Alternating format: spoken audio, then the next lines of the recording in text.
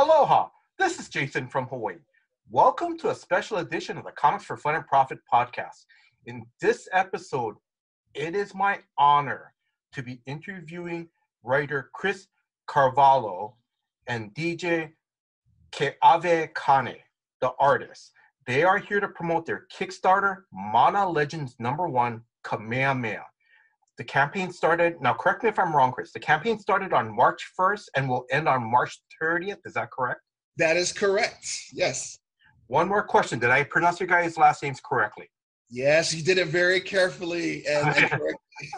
What about you, DJ? Yes. All right. Okay.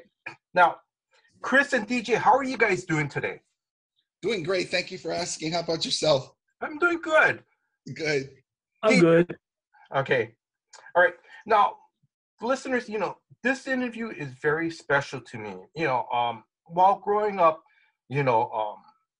I've heard stories about King Kamehameha, and this interview is very special to me because I get to share with the rest of the world, about Chris and DJ's comics about King Kamehameha.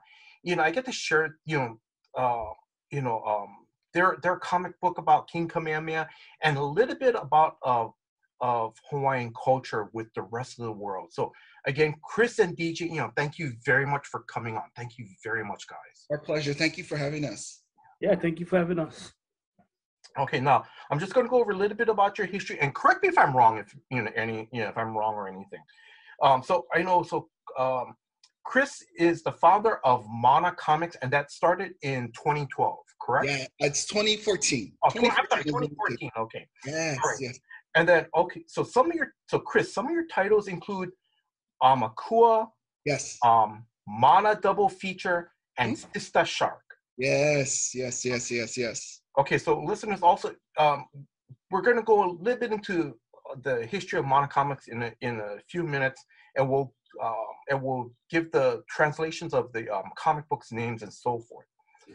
Now, DJ, you have been a writer and artist for 18 years. You have worked on Spy 16, that was a web comic, and also you worked on is it a comic book series? Is it Island Tales? Is that correct? Yeah. So Island Tales is it's an imprint from Big Dog Inc. Mm-hmm. And I don't know how you can get them. You can get some of them. You can get some of the ones that I worked on. You can get from me. Mm-hmm. But I don't know how you would get them because But anyways, yeah. So it's basically Old Island Tales is just legends from Old Hawaii and translated into comic book form. Oh, okay. Yeah. Now I'm going to ask because there's another work that you did, The Night Marchers, a cautionary fable and fairy tales book. Was that part of the Island Tales, or is that something different? No, that's two different books you're talking about. So the Night Marchers is Chris's friend, Chris Konui, who also worked with Mana Comics. So Night Marchers is one title, and I only did the cover for that. Oh, okay. But that's Night Marcher or The Night Marcher, and then Cautionary Fables and that Cautionary Tales and Fables book, I did the Oceania version. Okay. So that's Kale McDonald, and she does it on Kickstarter, and she goes to different places, and she features legends from different areas of the globe. Yeah. And so I did one story inside that. Oh, okay. Yeah, I did one story inside that, and that's it. But yeah, I wrote the story, and then I did the layouts for them. Yeah. That's pretty cool. And then also correct me if I'm wrong, if this is your creator-owned comic series, is it Exelon Creed of the Nighthawk? It's Exilian Creed of the Nighthawk. Okay. Yeah. Oh man. Okay. Thank you. Sorry and about that's coming on Kickstarter. Okay. Okay. Now, did I miss anything, guys? I think you covered them. I think that's as far as like our experience and what we've done in the past, you've captured that right now, and it's the project right now that we're full focused on. Okay, all right. Now before I start the interview, I want to give a big shout out to Alika Seki, owner of Maui Comics and Collectibles. I'm not on Facebook, but I can link on to at least see what the Maui Comics and Collectibles Facebook has. And I saw that he was promoting the Mana Legends #1 Kamehameha Kickstarter, I think like the last couple weeks in February. So that was pretty cool. So Alika, thank you very much. Thank you very much, Alika. And it doesn't go unnoticed by the local creators like DJ and I. We do see Alika posting and sharing because he's a true believer of all the different local talent that we have here on the island. So yes, Alika, shout out to you, big mahalo, and to all the Maui brothers over there. Thank you for always, lifting us up, and sharing it to the world. So we appreciate that too. DJ, I'm gonna ask, did you want to add anything to that? No, just thank you, Alika. Alika is the man. I mean, Alika is so awesome. Alika is so awesome. I went to the Maui Comic Con this last year and it's gonna be different. And it's gonna be better. I'm hoping. Yeah. Sorry, I'm going off the track here. Sorry, real quickly, Chris, did you go to Maui Comic Con too? I went like the first couple of years, and it was really fantastic. I look forward to maybe one day going back too, but my schedule's getting kind of tight now, so I'm trying to work it where I can. Okay, so DJ, going back to you, you went to the one last year, correct? Yeah. So you met like Ed Pisker, Jim Rugg. Yeah. How was that? That was fun.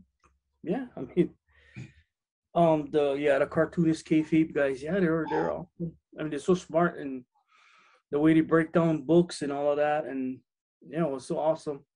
And I've been that was the biggest reason why I went, and then so Frank Cho was there, and that's right. Sharp was there, and our Kukul Johnson was there, and he was the one that he's also you should check him out too. He's a Maui boy, but he does like covers for like the New Yorker, and he has his own books, the Shark King, and I forget what else he got, but his stuff is, and he was the one that impressed me because I had no idea who he was before that, and so I went over there and I was like, oh my god, this guy's the real deal. So yeah, and it was small. That was basically just besides a few Hawaii comic book creators, that was pretty much the whole roster right there. Yeah. So it was small last year, but it was great. It was really, really great. Yeah. I know one day Alika keeps going, you gotta come. I'm like, yeah, one day. Yeah, Maui is a whole totally different thing because Maui is laid back, like compared to Oahu.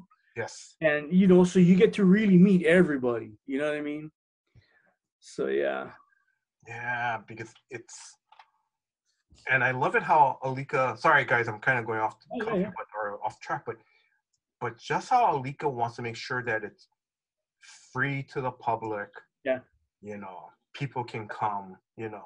That's nice. Yeah, and those Alika and those Maui boys, they're extremely passionate about comics and getting it out to exposure and sharing it with as much people as they can. That's why we appreciate them. Those guys are just amazing. No, they are. Yeah. All right, sorry guys. Okay, so let me get back on track. Sorry guys. So where can listeners follow you guys on social media? These go. Okay, on social media you can find me Twitter at First Watch Studios, Instagram at First Watch Studios, or DJ Keawekane, or Facebook is Dwayne Keawekane because they won't let you be DJ on Facebook. I have no idea why, but it's DOWYNE and my last name KEAWEKANE on Facebook, and then or you can go to my website firstwatchstudios.com. All right, Chris. Okay, you went lateral to me. Gotcha. Okay, so for me, you can actually look on either Facebook, Instagram under Mana Comics. You'll find me, as well as my website. If you're looking to buy something like via that, it's www.manacomics.com. Really easy to remember. We're up and running and always getting orders out. So yeah, if you guys want to learn more, by all means, check us out on the website. All right. So where did you guys grow up? Oh, you just threw me off. Dude, you want to go first? Go. I grew up. Yes. Well, how about you call our name first, and then just. Oh, sorry. Okay. All right. Okay, so I grew up in Hilo, Hawaii. I graduated from Hilo High. Yeah, big. I've been living on the. I was born in Oahu, but we moved when I was like a baby, so I don't even remember Oahu, and I just grew up on the Big Island. In Hilo. Yeah. All right, Chris. Okay, yeah. Well, for me and myself, I I had the exposure of East Side and West Side. I grew up partly in Hawaii Kai side a little bit. My dad moved us to Waianae and culture shock over there. So, and then from there we went to Papakalea, to Kailua, and I ended up on Kalihi, and then finally now I live in Eva Beach. So it's been a nice island tour over here on Oahu. All right, so Chris, I'm gonna start off with you first on this one. Okay. What was or were your first comics that you read? For me, it was like I would love well, it has to go back to I would think that what really exposed me to the comic world was those old Stan Lee cartoons, you know, with Kirby art. You know, growing up in Waianae, I used to watch the cartoons and here's Captain America with the that little jingle they have in the beginning. Captain America throw his mighty shield. That era, Spider-Man and Thor and all that, and I was like, what is this?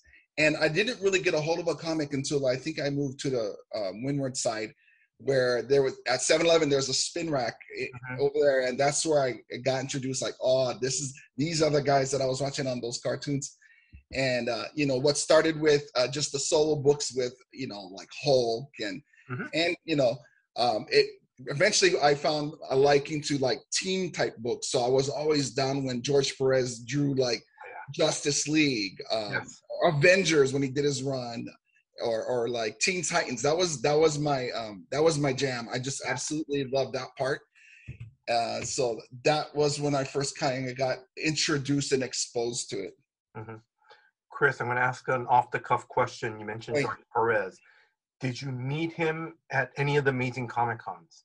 It's funny that you mentioned that. He's like right here. Oh, that was the 2019. Yes, so we're sharing a shaka. He is definitely someone that inspired me.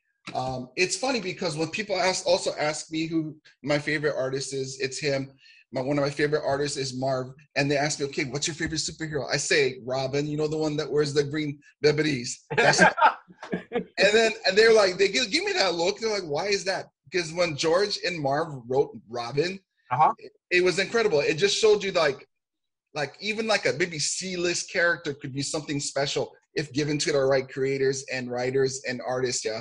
And that's what they did for me. That's what they propelled Robin in a whole different light. And I just really, that was my thing. So yeah, George was a guy that I, actually my girlfriend had to drag him to the booth where I was, cause I was too ashamed, to kind of still get starstruck when you see these artists. And then my girlfriend Tiffany just grabbed him and says, "Hey George, someone wants to meet you." And he's like, "Okay." And they brought him to my my table at the convention. That is so cool that he took the time to do that. That was he's such a I mean talk about warm guys and smiles and just very if there's he should be from Hawaii. He got that aloha spirit to everyone. And one of the hardest workers. He's the guy that starts from the very beginning drawing his his commissions or whatever it was to give people, because he just wants to give to so many people who wait for him. And he always makes sure that he tries to greet and show and take picture. That's the guy. And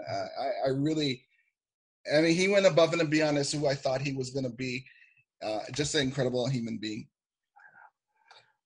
All right, DJ, what about you? What was or were your first comics that you read?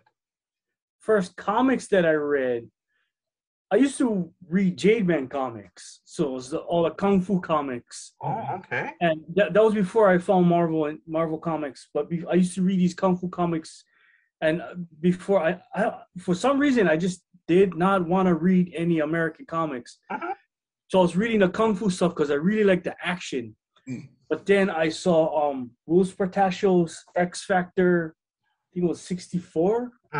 I was like, what is this? I picked that up, and then I fell into X Factor, and then I fell into the whole X-Men and Jim Lee's X-Men and all of that. And I was like, oh my God, Good I need era. to be part of this. Like, you know, and that did I just, from that point on, I was stuck with, you know, the X titles, X-Force, all, and that got me into all, you know, and this is the 90s, the early 90s. So I came in right at that time when, you know, they all moved to Image and all of that. So, you know, so I was following all of those Image guys right before they jumped to Image. So Jim Lee, Wolves Portacio, Eric Larson, Todd McFarlane, Rob Liefeld, all of those guys. I was just consuming whatever came out, and then when they jumped to Image, I was there, and then all of that.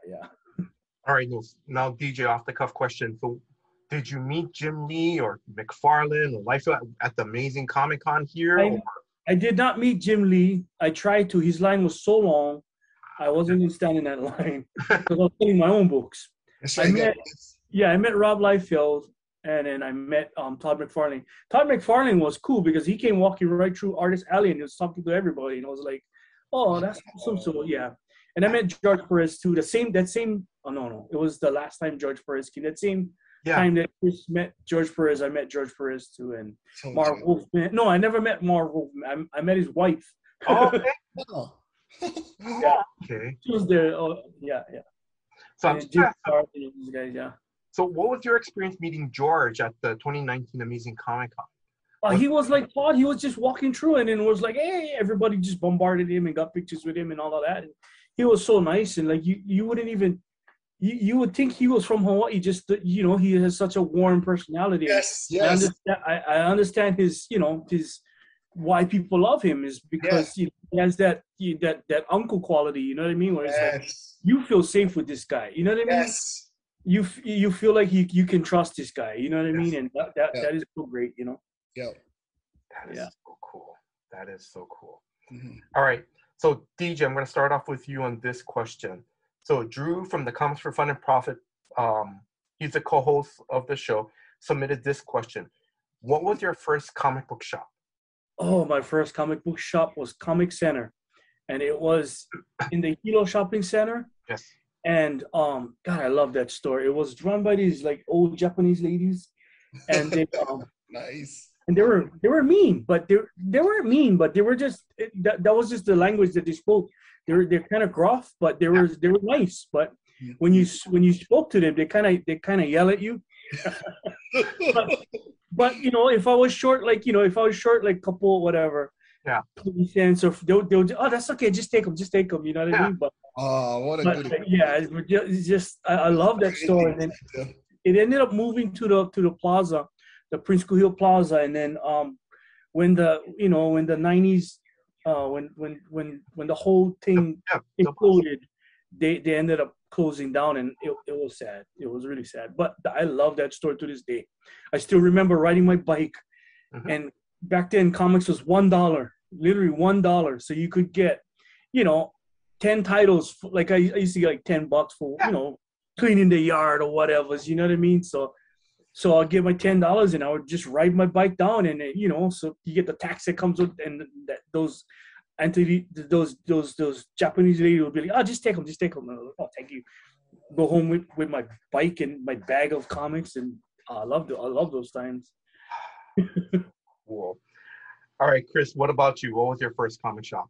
It's just so funny how DJ described like my childhood as far as riding the bike and getting those comics. So it's so similar. I mean, that's how life was back in the day. You ride your bike, you go to the store, you get your comic fix. But for me, we had this comic shop, and for the life of me, I can't remember. It's been some time, but we used to be living in Kailua, and there was one by the Zippies in Kailua. There's like a travel agency, I think, over there now, but they were there. And then they moved right directly across the street where, I would spend some time shifting through those boxes and looking for like old school obscure stuff like Team America or something just odd, because I just wanted to see I wanted to experience all these different things to check it out. But that was my era. I think Geckos moved in on the top part of Kailua as you're coming in. they was there for quite some time. But for me, it was those ones that were close. And like I said, if I couldn't get, what I wanted from there, maybe 7-Eleven had it. But yeah, that was a really fun memories. But for me, a little different. I wasn't allowed to read comic books. I had to instead of I couldn't carry it home. So once I bought it, it went under the shirt. Yeah, so sweaty, sticking to your skin, riding the bike. But I had to hide it, yeah, because my dad and my stepmom, they says, hey, no comics in this house. They're gonna corrupt you. No, you can't have it. But of course, what year was this? Like the early '80s or '70s? Yes, like early '80s, kind of like my 5th, 6th grade kind era. You know what I mean? So I remember. I never had to deal with that, but like the generation before was like, oh, comics are evil and they're gonna, corrupt you. I think it became on the cusp of like when sometimes the politicians would get involved, and I think that's when it came with like the comic code approval kind of ratings and stuff. Right. So I think that's where my dad gathered that information, maybe my stepmom too. So that was their frame of thought because they grew up on that era where that was a hot thing, to talk about, really politicized, But here I am. I was like, I just want to read a cool story of a bunch of art, and it taught you more lessons than some of the books I read. It was really good. Yeah, but I don't think they gave that opportunity to say, what the hell is this about, and open it and read it themselves. Right. Just going off from what they heard on TV or whatever, Yeah. They should have that now. They should have that now. Sure. So Chris, I'm gonna say I remember Geckos did open up Kailua, but then you're right. I vaguely remember because I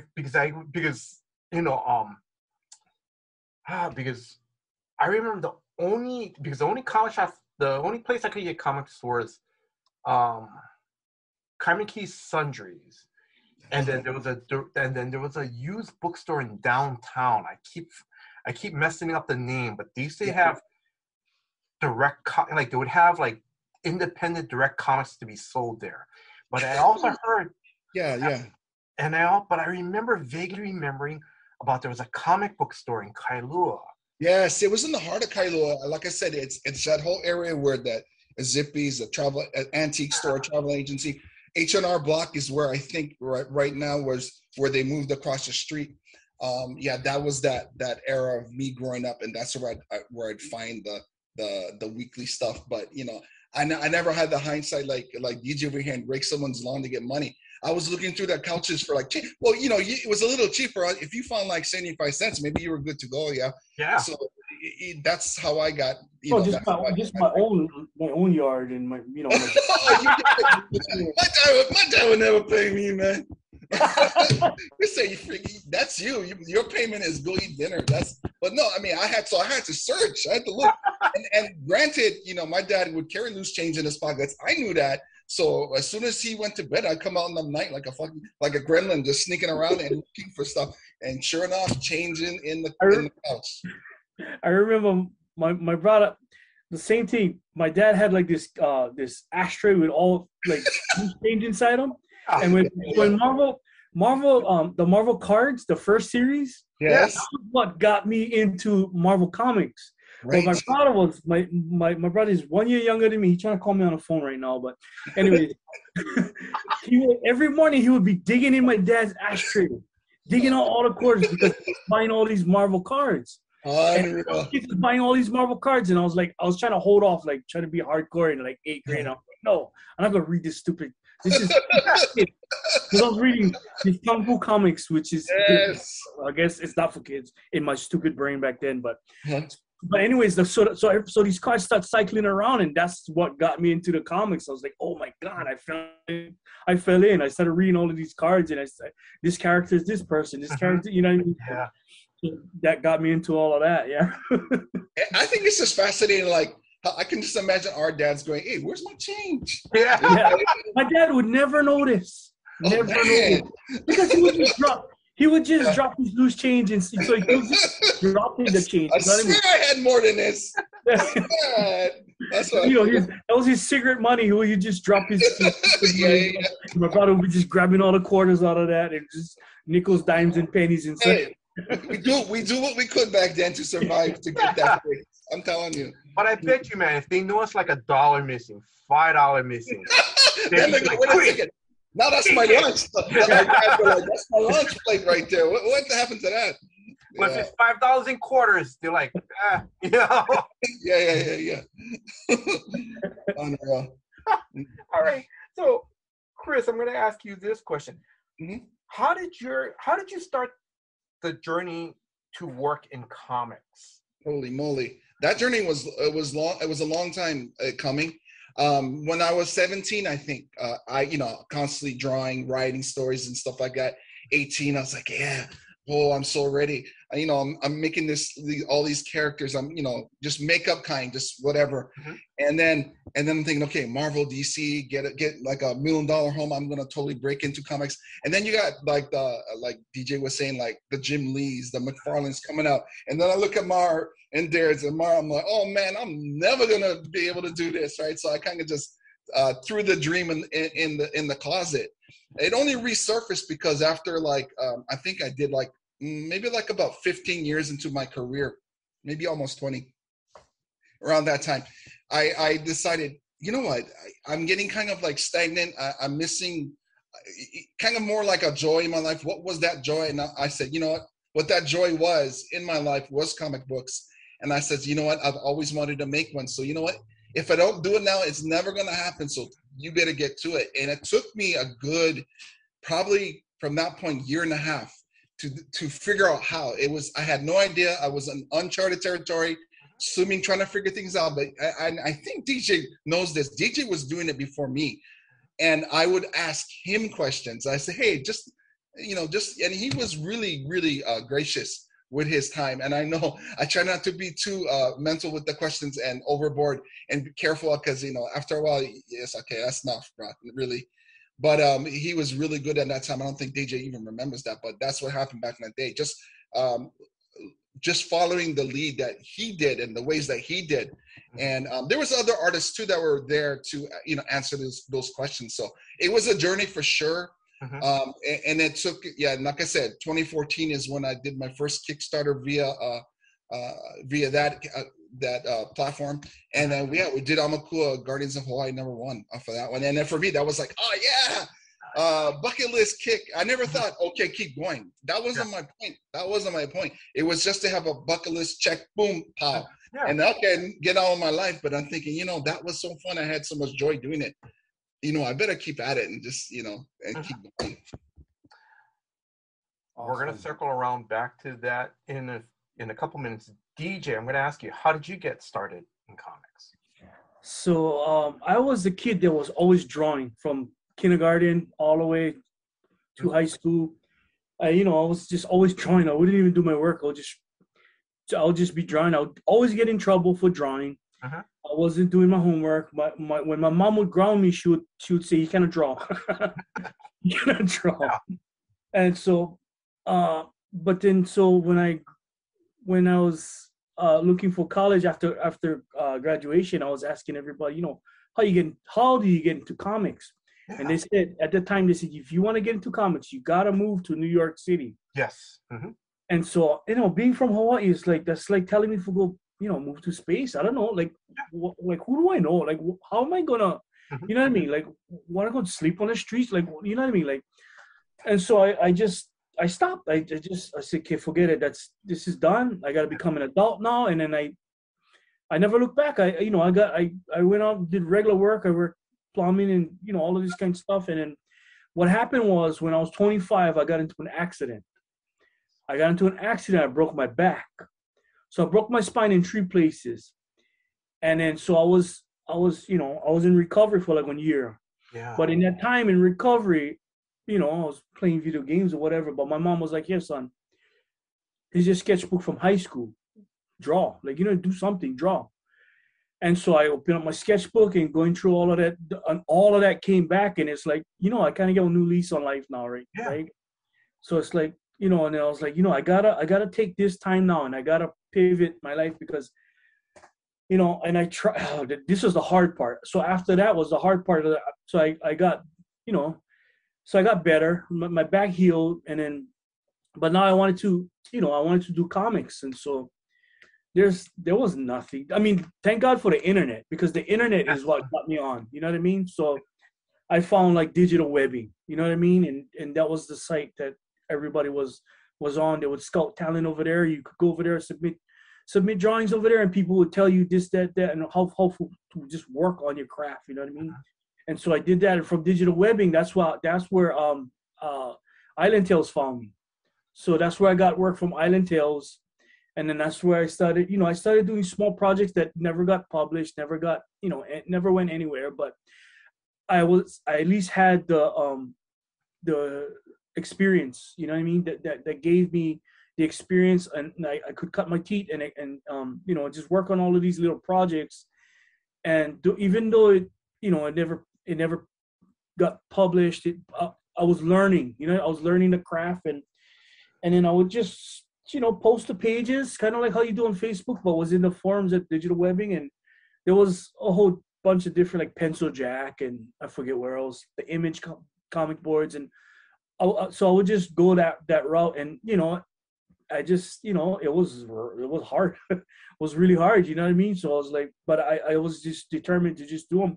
So I'll do that and work. And, I would, and when my kids are small, that was the hardest time, because, you got to be daddy, and my wife need time, and I got to work. And so finding the time for balance, all of that was real hard. It was real challenging, but, I just struggled it out, and all, commitments, and also I just juggled all of these things, and I just never did stop. And, and so, but from the Island Tales, that one it's a slow burn, you know what I mean? All of it is all slow burn, And so that led to the next project. And then Chris started, I think I worked the most with Chris.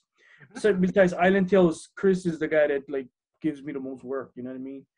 And Chris and the guy Steven Sproul, who is the owner of Island Tales, between those two, they'll give, and it's not, it's not constant. It's so that's why I'm doing the, but like Chris said, in 2014, the convention started up in Hawaii, and that's what really kicked it. Like that's what really kicked the whole thing in gear. Where you could actually do them, because you had, and I was working from 2003, and there was nothing. There was nothing. Nothing existed. Nothing. And then so I worked for 2000, and I remember, because we were talking about Sam earlier. Sam, he had a Kickstarter for his Dragonfly project. And so I started realizing, wait, this guy is from Hawaii. You know what I mean? So I met Sam, and so Sam was invited to go to the first Hawaii Con. And I was emailing those guys, hey, I'm a creator from Hawaii. You gotta have me in your show. Nothing, crickets. They wouldn't even respond to me. Sam, I didn't even know Sam personally. Sam, he just messaged me on Facebook Messenger and said, hey, I have an extra ticket if you want to come. So I said, okay. Then this was way ahead of time. So when the time came, I messaged him back and said, hey, you still good for that ticket? I could drive across the island and go. And he said, yeah, come. And then I met Sam over there at 2014 Hawaii Con. I wasn't even on vendor or anything. And I met Sam, and I met Todd Bernardi, and we just kicked it off from there. And then the next year at that con, so at Hawaii Con 2014, we found out that the amazing guys were coming over here, because they had the amazing Las Vegas and amazing Arizona, and also we found out Jimmy Jada was coming to Oahu, and that really just boom, that was like I think that was the peak. Yeah, it's gotta have been the peak, because that was the year had Stan Lee. Those aisles were filled, dude. Yeah. Yep. That was still the best con that I had ever. For me, numbers wise, you know what I mean? Sure. But yeah, so yeah, and it's a struggle. I mean, but you gotta have I call it the sickness. You know what I mean? If you get the sickness, you're not gonna stop. Exactly it. Yep. DJ, I guess I have to say, what's really incredible about your story was, like, you were telling me, like, you're drawing when you're a kid, and then your mom would ground you. She said, no, you cannot draw. And then and I'm sorry, and it's unfortunate that you got into that bad accident. Oh my God. Yeah. But that was the best thing that happened to me, honestly. but the amazing thing, but the amazing thing was, your mom goes, "Here's your sketchbook." Yeah. Isn't that something? It's yeah, you know. Yeah. Yes. It's I think the parents realize what their kids' passions and love and joy is, and they want that for their kids. And it takes a little bit older and wiser as a parent to understand that. Same thing with my dad too. Like the guy that I used to have to hide stuff as contraband, dig my comics underneath the house in the ground. Oh God. He like just like DJ's mom, they actually love you. They want you to be happy. Right. And yeah, he's my dad's like my biggest supporter too. Like I know DJ's mom is. So it's funny like how sometimes as you get older and wiser, you understand what's important. Yeah, what's really important is that love. So to that point, and I know I jumped in ahead, but in the questions you said, you mentioned like this project is special. Yes. And for me, this project is special is because while I was working on this project, something happened to my mom. You know what I mean?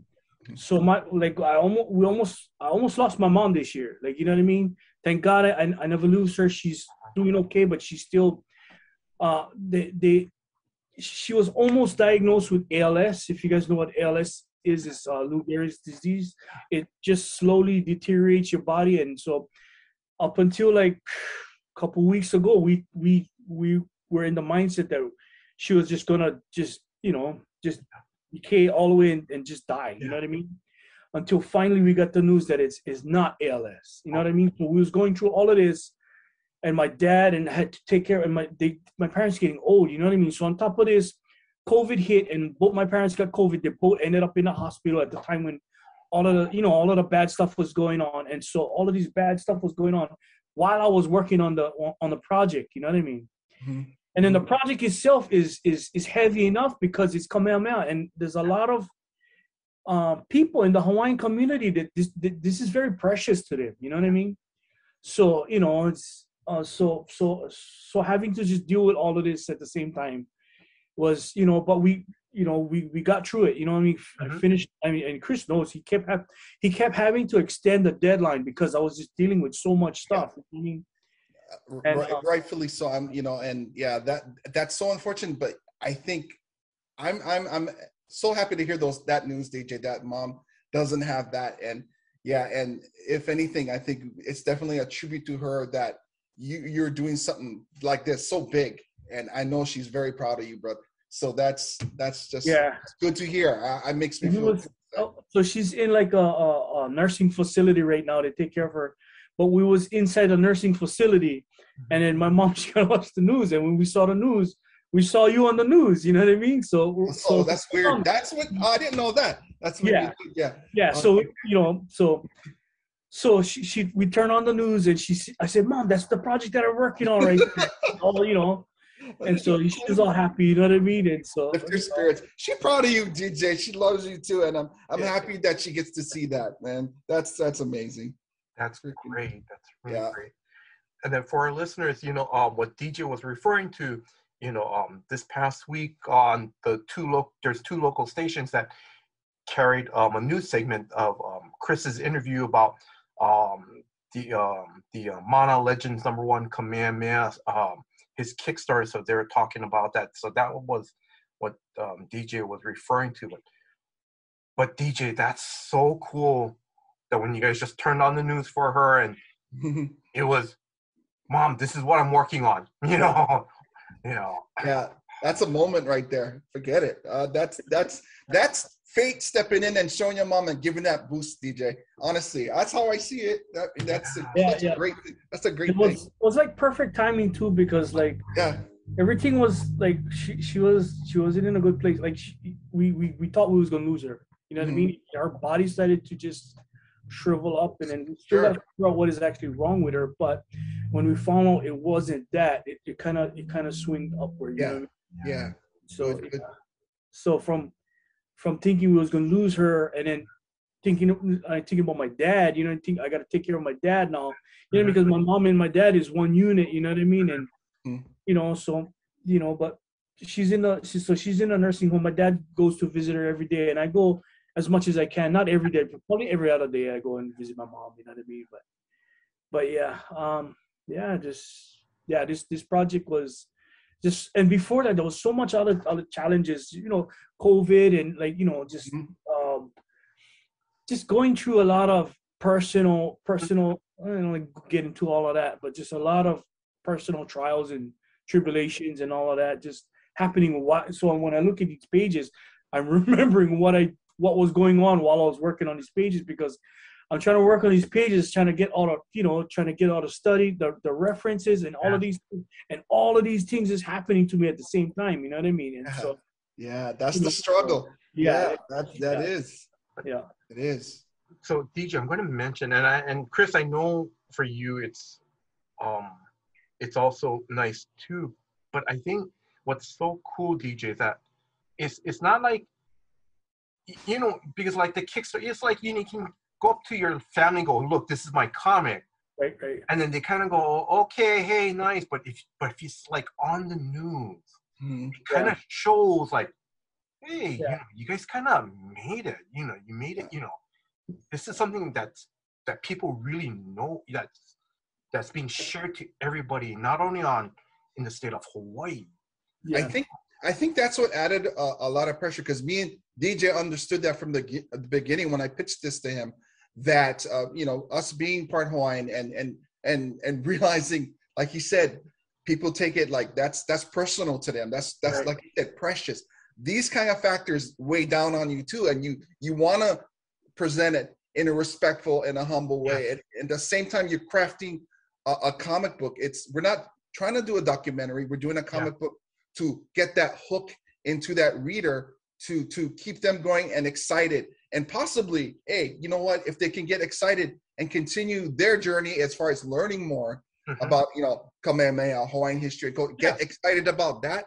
Comics for us was so important growing up. We knew that it would be a great tool to hook somebody in and to present that in a way that they could understand and get excited and want to learn. Yeah, that was key for us, and that I think that was part of the drive to keep us going. So we can do it. This can happen. Yeah. Sorry guys, I'm going to move on to the next question, because Chris and DJ, just listening to you guys,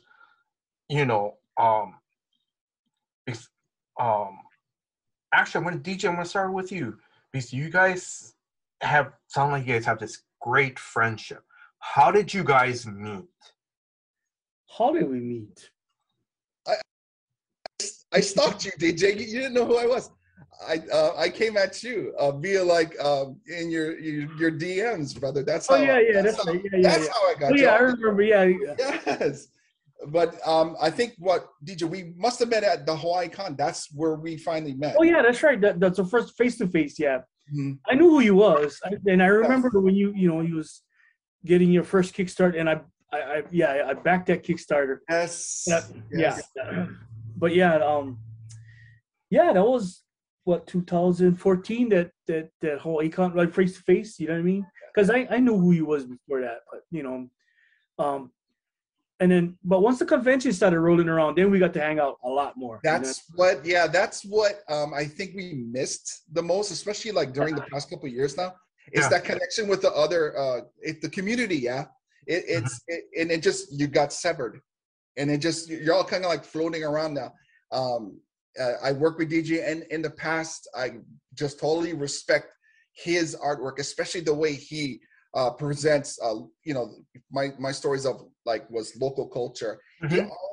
He always makes it perfect and addresses it. And there's nobody better that can do that, share, that local flavor, island flavor, like DJ can. So yeah, I mean, to me, he's no better guy, and he's a great human being too. And working on him with this project, it was.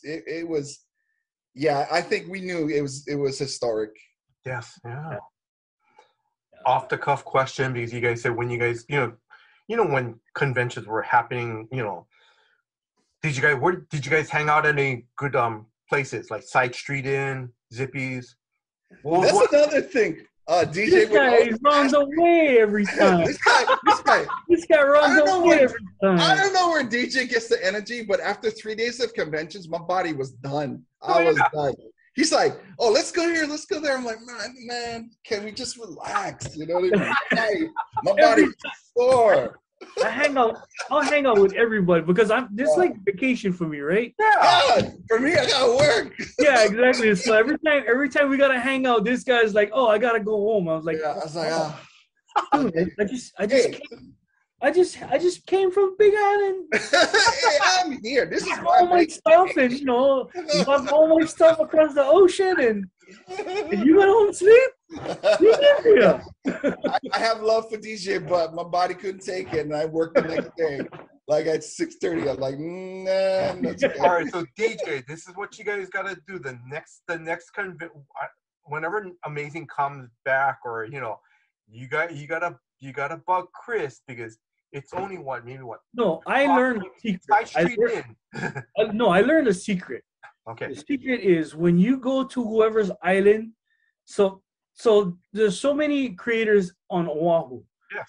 And so when you go to their island, you kind of know who's the guys that gonna go out and who's the homebodies. Because the homebody's gonna be a homebody at home. But when they come to different islands, then they're in the mode that I'm in, right? Which is vacation mode, which is let's go do stuff. Let's go. Let's go. Let's go to the restaurant. Let's go wherever. We can have fun. Right? But when you go to Oahu, you find out, okay, these are the busybodies. They're gonna do that no matter what. They're gonna go and they're gonna find some place to go hang out and all of this stuff. Yeah. But then the homebody's gonna be like, okay, deuces, I'm going home now. I finished work. I'm going home. Bye. Like, don't bother me till tomorrow. You know what I mean? But when Chris comes to, like, when Chris came for Kamehameha stuff, and then he's all like, "Hey, let's go over here. Let's go." And then you're like, "Nah, it's okay." now I get to be the homebody and just go home, buddy. Yep. Yeah, it's different. That's funny. Yeah, it's true though. So I'm just going to touch upon this real quick before we get into the Kickstarter. So, okay, so Chris, Mana Comics was started in 2014. Correct. Before we start, can you ask, just for the listeners, what is the translation for mana? Mana. So mana, EJ, all you gotta do is follow Rock, because he's saying it every other word now. He uses that term mana. Now, mana is that inner power. It exists in all live things. It's that energy. It's something that was desired from way back from the natives. Yeah, like it's that sense of power, and you can tap into people's mana. You can share your mana. It's everything. It's just, and you hear it so much now. Like I said, like Rock, Brother Jay, Momoa, he says it a lot, and it's a good. I mean, it's a good, powerful word. And I just wanted that word as far as, the comics. It's the sharing, it's the energy, it's that power. I wanted it all in. And Marvel has Marvel. We got mana, yeah. Mm-hmm. And then I know you sort of, I'm going to say, you sounded like you, when I was talking to you, when you started your first Kickstarter, was that kind of sort of the origin of the company when you did your first Kickstarter? You know what I actually noticed? I didn't consider using Mana Comics because, like I said, I didn't think of it like, oh, this is going to keep on going. Yeah. I didn't think like that. So it was Amakua. That's how you could find me. But I noticed like not everybody could say it. Not everybody could spell it. It wasn't a good, I guess, Google search. But Amakua, if the listeners don't know what that was, it's my team of present day island superheroes, and the team itself consists of all the many different races and faces we have on the island. And if you love Hawaii, if you know some stuff about Hawaii, the characters really reflect a lot of the island flavor and diversity that we have here. So I always love team books. I love banter, and that's what I enjoy writing, is the back and forth. And local people, there is no better and fun just to sit back and listen to them talk story.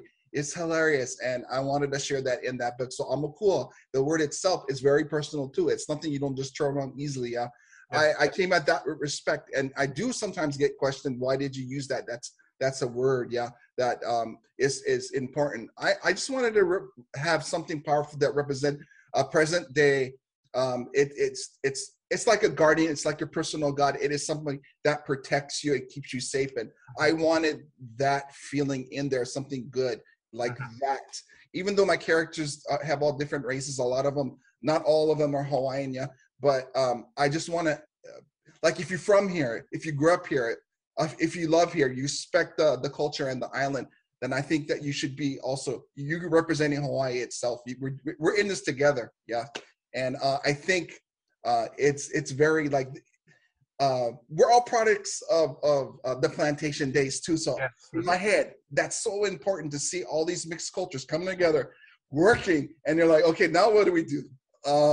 We got to find a way. And I think that's the book I wanted to write as far as a team book to show, yeah, like my version of maybe Avengers or Justice League, Teen Titans. I wanted to show what it is if you said, okay, local people are superheroes, go. Now you know, right? DJ, this question is for you. So, what comics did you work on for Chris?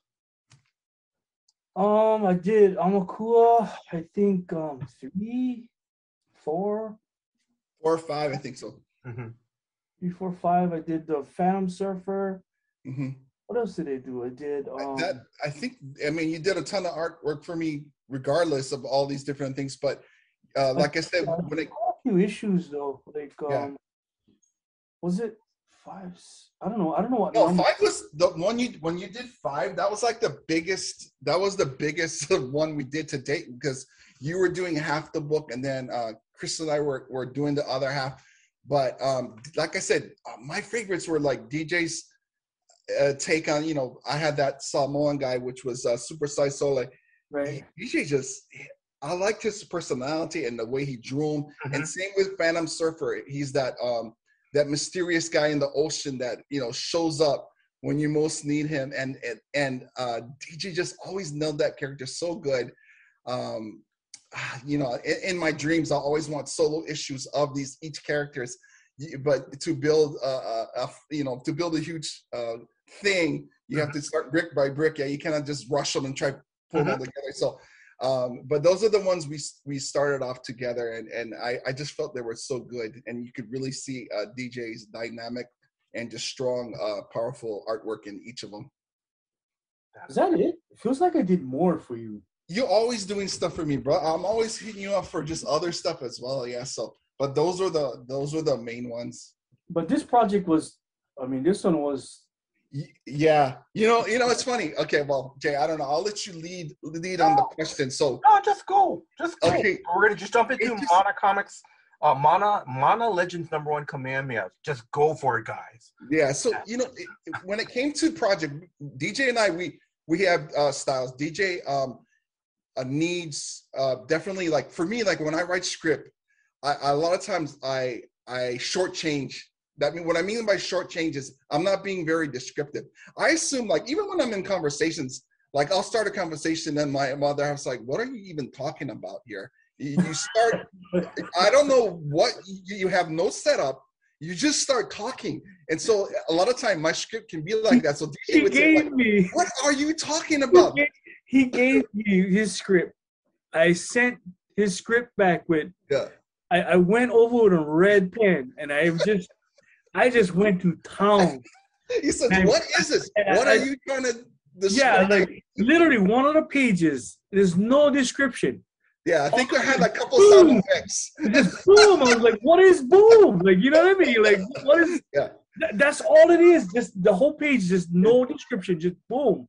It's funny because just like how in life, I'm expecting him to understand what that is, but to see that image in my head. I remember because that was the one. But I learned. I remember this specific instance because it's like, okay, this page you bring out this big character, this killer shark character, okay, and blah blah blah. Like, so get some descriptions. Okay, I can work with that. And then the next page, I'm drawing this splash page of this big character, and then the next page says boom. I was like, what is boom? Like, what is boom? Like, what I mean?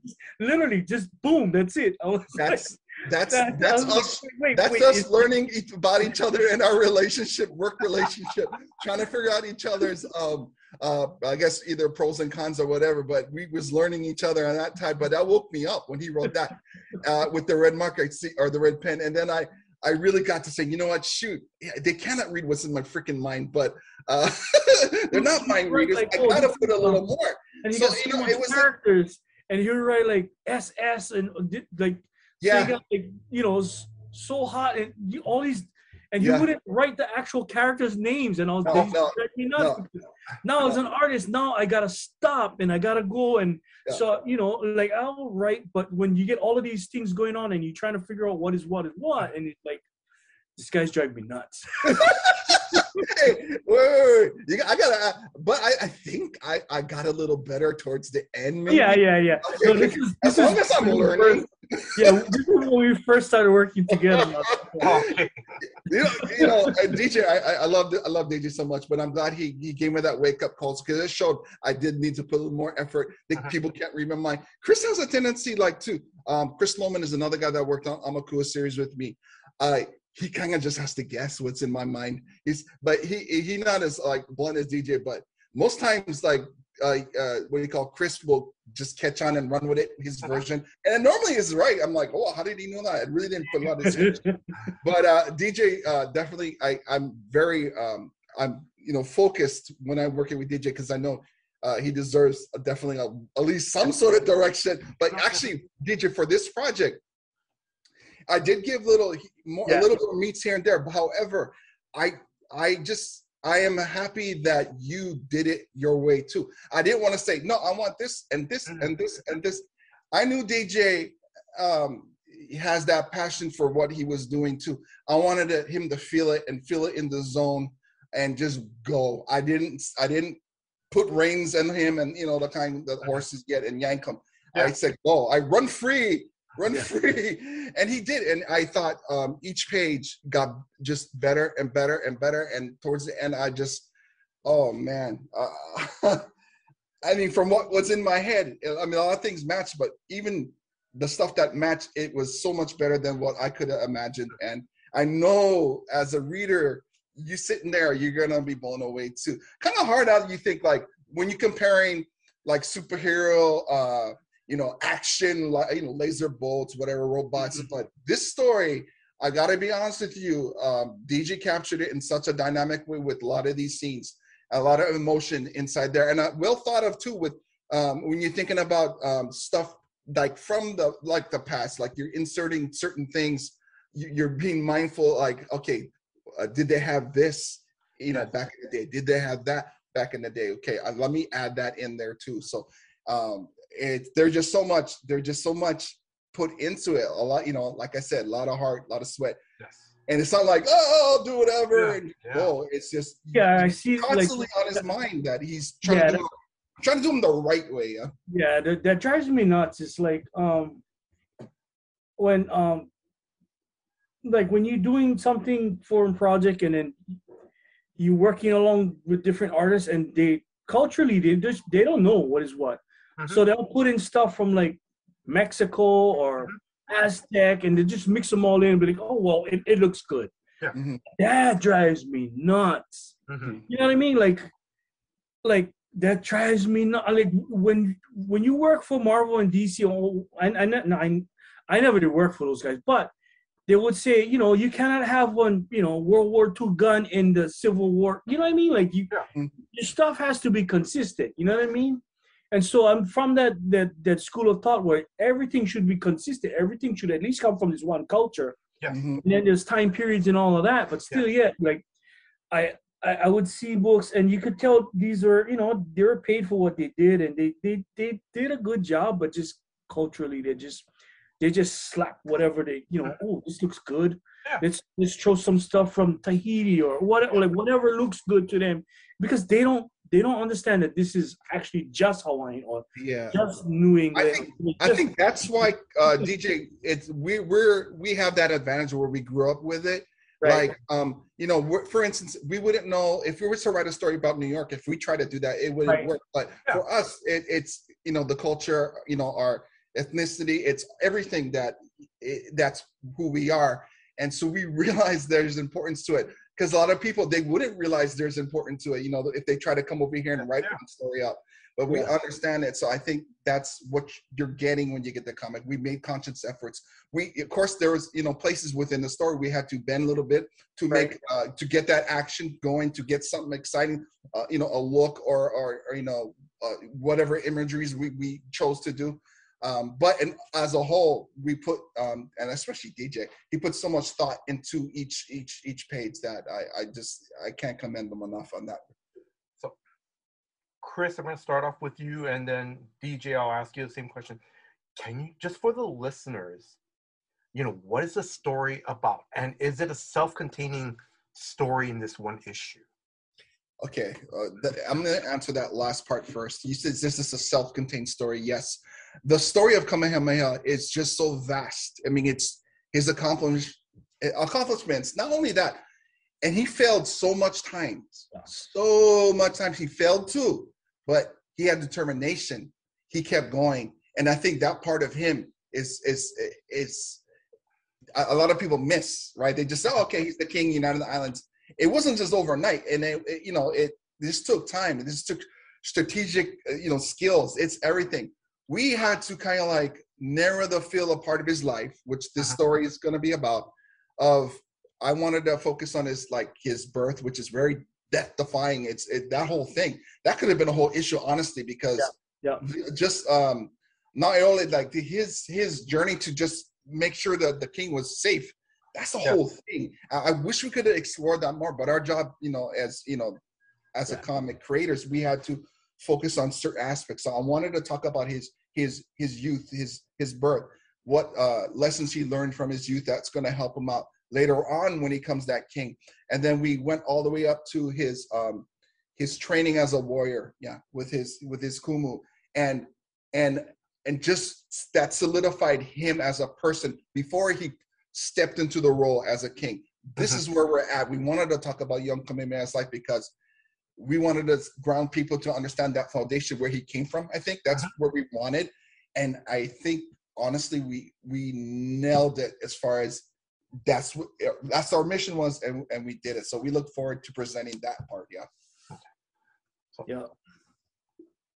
DJ, do you want to add anything else to that? Yeah. So the story is not, it's his origin story. So so Chris was talking about his birth, and when you we could, it's such a good story. Yes. His birth is just his birth alone. So he's, you know, there's a prophecy about the king that will unite the land and all of this. So the king at the time, and mind you, Hawaii is not one nation at the time. Hawaii is broken up into different kingdoms, or, you know, what do we call it, you know. So he's, the reason why Hawaii is called Hawaii is because the Big Island is called Hawaii. Yes. Kamehameha was from the Big Island. If Kamehameha was from Maui, the whole state would probably be called Maui. You understand? But because the king who united all the land is from Hawaii, now all the islands become the state of Hawaii, right? So he, you know, when he was born, the chief of this island, Alapa'i, when he found out that, you know, so he was gonna have this baby killed, right? So he was gonna have this baby killed, and so from the moment his mother is giving birth to him, the minute this baby comes out, there's a guard waiting outside to kill the baby. What happens is and this is the story. This is not our story. This is the way it happens. There is a thunderstorm happening outside while she's giving birth. This is crazy. So she gives birth, and, you know, she hands the baby off to Naiole, and Naiole is a chief in Kohala, and he has to now run with this baby in the storm, in the rain, under this, you know, this cloak and all of that, and you know, but So and this is just his birth. You know what I mean? Yeah. It really plays out like a motion picture, like something that would be fiction, but it's not. It's so just it's a powerful thing that and it wasn't just like one short thing. It was a whole. It was just an amazing, over the top. You would think it's fiction, but it was real. And I wish we could have dived in more than that, but and that was just the beginning. That's the beginning. It's just the beginning, and that just reading that story alone is so chicken skin. Like just so it's if you go Kohala and you see the different places that Naiole had to get through to get to his destination. You see that each town is named after because of his flight, his race to save. You feel it. You feel that mana as you're going through it, and like, wow, they went here and here and here. People don't know that.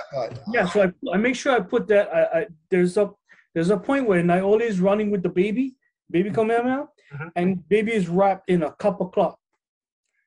Okay, so when he's running, he drops the copper cloth. When he drops the copper cloth, he cannot go back, because if he goes back, he's losing time, right? The cloth stays there. The place where that cloth is dropped is now the statue is Caravalho. Named for that copper cloth that he dropped while he was running with the baby.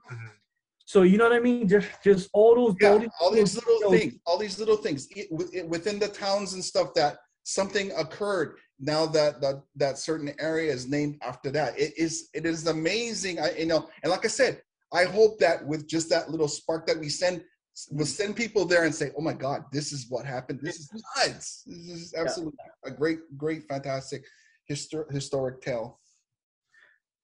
But and then that's just the beginning of the story. Yeah, because if you can imagine, now you got Kamehameha getting raised up as a young youth, which we cover, and all that, and just basically the pressure. Let me tell you, the pressure to be told, okay, I got to raise you as a commoner because you are something important. You are something big. You're going to do this as a kid. Can you imagine? You're just a kid, and you're thinking, oh my God, that's incredibly, what a responsibility, and what a responsibility for Naiole just to be watching him, like, oh my God, this guy's gonna be the guy too. I gotta be responsible for him. I gotta show him and teach him and groom him to be not just a good king, but a great king. Because only a great king could do that, unite the islands, right? With all these different, chiefs, personalities going on. He gotta be the guy. So it's an incredible experience when you read the comic book that, this is where he started, and that just all the different lessons he learned to become that king that would unite them. Yeah. So we just get like literally one glimpse, just split, just glimpses into that like in this book. But we had to choose kind of wisely, what we felt like. Okay, this is a moment that we want to explore to show. Okay, this is a lesson, or this is an important part. This is an important person. I'm sure there was many others that were attributed to, but we only could give you that glimpse. But I felt the glimpse was enough to get that, to get you knowing and understanding, and maybe possibly taking that your journey to learn. So, Chris, I'm going to ask you, and I'll ask you, DJ, afterwards, because I know you guys did a lot of research. So, Chris, on your part, was it easier to find? Because I'm sure there's a number of books written about King Kamehameha. There's actually a great number. There's a great number of books. There's what I really found really great was Rulers and Chiefs. That's a really good book. It's a thick account of all the different chiefs and stuff. To get the more personal stories, there are other ones you'd have to research. There were some other people that I knew that said, hey, this form is on like a PDF. If you look at it, and there was just so much information, like pages and pages. I wanted to do it right. I wanted to make sure I got the right stuff. And then I had to focus on what I was trying to develop and say in the story. So that was challenging. Like, okay, I really don't want it to sound like a documentary. I want it to that tale. However, let's get these key points in his life. And the research that I did see, other people they wrote like paperbacks, and I see a lot of other stories, and it's their version. and they tell their story, and I think we're doing it in a way too where we didn't just say, let's just do whatever. We did take that time. Relationship. I mean, I'm going to put a list of the books, the resources that I have within the comics to acknowledge, hey, these are some other great learning resources. Get your kids reading these too.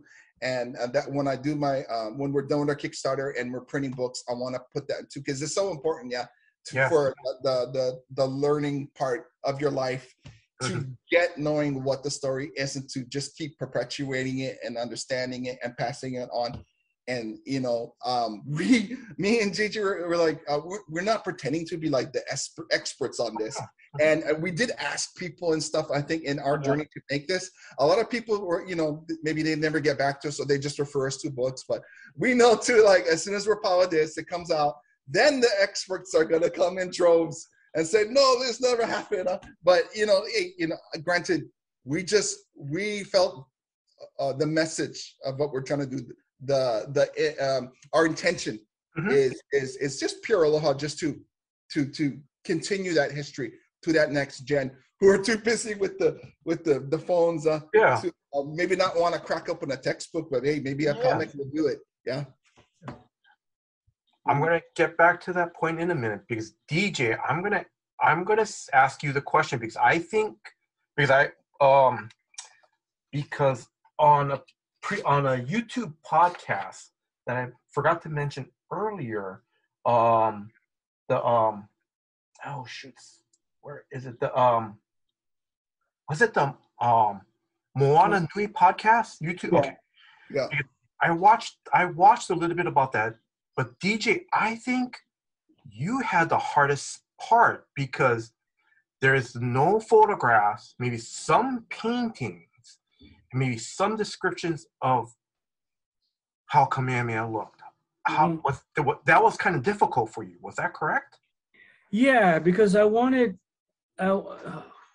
So two things is like, it's one is comics, and two is it's real. So Kamehameha is a real person. You know what I mean? Yes. So besides, there's one painting that got copied and replicated a lot of him, but he's an old man already in that painting. Yes. You know what I mean? He's already an old man, and so I had to figure out how he's gonna look. You know what I mean? And you're looking at him, it's like, oh, he doesn't look any special when you look at it. But I really like. I was for him, I had to I started drawing on real people to get something in my mind so that I could use that person as a model. You know what I mean? As some sort of model for the person. So, and then the only person I could think now alive today is my friend Ikaika Marzo. So I kind of use him as one model. In my mind, this is who I'm gonna base him after. Reference, yeah. And he doesn't look exactly like Ikaika, but still, in my mind he was, because Ikaika is he's tall and he's big and all of that. But that's the feeling I wanted to give people. You know what I mean? So, but I knew there's not a lot of visual reference for him. So when you try, our Hawaiians were not good at Google. There was no Google. So a lot of that is just lost, and it's all captured in words. You know what I mean? Yeah. There's so much text and so much books and all of that stuff, but how do you draw all of this? You know what I mean? How do you what you know what I mean? Like, you can tell so much with words, but when it's time for me to draw them, now I'm coming up blank. And usually in this day and age, there's a lot of reference for everything. Yes. You know what I mean? There's so much reference for everything. You see a million Spider-Man drawings, and they're all good because this art has been drawn so many times. You know what I mean? But when you're drawing something for the first time and you creating them, and you're the first person doing them, you got to make, you competing with all of this visually. You competing with all of that. You know what I mean? So it's like, and mind you, he doesn't have a blue suit. He doesn't have a web sleeve. He doesn't have a mat. Like as a comic book artist, you draw all of these things so that visually you can hook people in. you know. And so when he told me, oh yeah, we're gonna do Kamehameha, I was like, all right, that helmet, you know, the Mahi Ole, the Hawaiian helmet, that's a good visual, and that cape is a good visual. And he was like, oh yeah, but we're going back to the beginning, and he's a baby, and he's a kid, and this is all so that all of that is gone. So all those visual elements is gone. You know what I mean? I was like, oh man, so I got to recreate the wheel again. Like, you know what I mean? So I always got to reinvent this wheel every time. You know what I mean? So I had to figure out, you know, and mind you, there's different versions of him in the story. Yes, you get to see the so each time I had to recreate the wheel. You know what I mean? So there's a stage when he's like 6 years old, and then he's like teenager. You know what I mean? And then he's like adult. You know what I mean? So the 6-year-old version and the teenage version was, and mind you, there's not a lot of people that can draw kids that well. You know what I mean? Especially when you do a comic and you draw, superheroes and all of that stuff. Drawing kids is not fun. It's not easy. But, so I had another model for that one. That was my nephew. Mm-hmm. My nephew knew he was a big Hawaiian kid. You know what I mean? So I was like, okay, in my mind, this is. So I'm drawing my nephew. Mm-hmm. So yeah, so I just stuff like that. You know what I mean? Stuff like that. And then I know I told we was gonna use Haunani Trask. Yeah. And but I couldn't, like, she's not easy to draw. Yeah. So she ends up changing a bit. You know what I mean? So right. Yeah, but yeah, so I started using like people as models, just so that I could keep some sort of consistency throughout. And there's characters inside there that you guys are gonna see them. But yeah. I mean, granted, there's almost next to zero visual. And the only descriptions you read about when I was reading those books, it's like, okay, he was broad shoulders. That was mentioned choke times, and when I was reading these books, and a specimen of a man. I'm like, okay, that's great, but a little bit more maybe. And then I can understand DJ's dilemma in that regard, yo. Yeah. And it took away the cape and took away the yeah. It's like, who is this guy? I mean, but the young adult Kamehameha, he's a beast. I just love it. It looked great. That, like I said, them last few pages, I just was blown away by it. Now, DJ, I'm going to, I'll ask you this in a minute, Chris. So, like for those time periods, DJ, did you also, not only just, because we're also talking about how, was there descriptions about how, the Big Island looked at that time? What tools that they used? Were there descriptions of that in your research or anything? Well, the good part about that is Chris never wrote those scenes inside. And I live on the Big Island.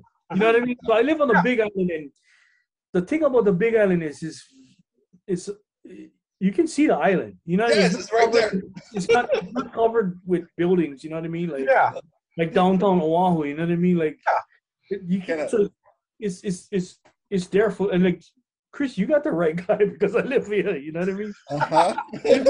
Mind you, so I'm also the kahu of a church in Waimea, and so when I'm there on the weekends. You know what I mean? So when I'm there, I can see the whole island. You know what I mean? I can see the other half of the island that I cannot see. You know what I mean? So all of this stuff is just in my brain. You know what I mean? But there's a lot, and the thing about Big Island is a lot of big open white spaces. You know what I mean? Yes. You don't have to worry about buildings and stuff like that. It's a lot of open space. Yes, exactly. So that was the good part for me. You know what I mean? But on Hawaiian Village, what does that look like? You know what I mean? There's visuals for that. You know what I mean? But still, what is this? Like, what is it for? You know, all of that stuff. You know what I mean? Yeah. And then when it come down to it, because we're trying to get not split hairs, but it's like, okay, was it in Kohala? Was it in Kona? Was it in Kaia? Yeah, timeline stuff. The complications of timeline. It was. You know what I mean? So it's like, he can be either or. Like, you know what I mean? He can be, which wherever it can be. So I drew him in one way where you can see him and big, like it can seem like you can put him anywhere. You know what I mean? Yeah, exactly. It would fit. Yeah. And then, Yeah, but like if it was in Hilo, it would be easy because I could go over there and just take pictures. But I never know where it was, so I had to draw them in. Okay, he could be here or here or Yeah. here or here. Yeah. Yeah. Yeah. There's not a there's lot of inside my brain that is unanswered questions, but yeah. I gotta provide one answer that I don't have an answer for. You know what I mean? Exactly, because those timelines are they're not 100% right. That sometimes you're reading like, oh, okay, so but luckily, like DJ's saying, the landscape is such where it can be anywhere. We're not going to say this is where it happened. We're not going to say that. That's way too much commitment. You know what I mean? Yeah. If I knew exactly what it is I'm drawing, then would be for me it would be good, because then I can actually focus. Okay, this is my reference. I can use this, and people who live there or people who have been there, you're gonna know exactly, because I'm drawing from that reference and I'm putting all of that information on the page, and I just never had that, so I had to make them. And that's the hardest part, is keeping things ambiguous in that way. So ambiguous. Or there, but I like I'm telling you. You gonna let me draw one of these issues of Amakua, and I'm gonna put every background inside that, where people can know. Okay, you see on Nimitz Highway and all of that stuff would just kill in people who visit. I mean, that would just, and that's all backgrounds. You know what I mean? But I would just jam all of that. Driving out of the airport, and you see that big, that big building with the whale on. I'll put all of that in. And you would see all of that. Like, you know what I mean? Like, that's so. Mind you, this. Sorry. I'm not artist. So that's the artist's mind coming out. Yeah. So the script for Kamehameha. I'm just so. Did you include in the script like, hey, this is where Kamehameha used, or this is the village area?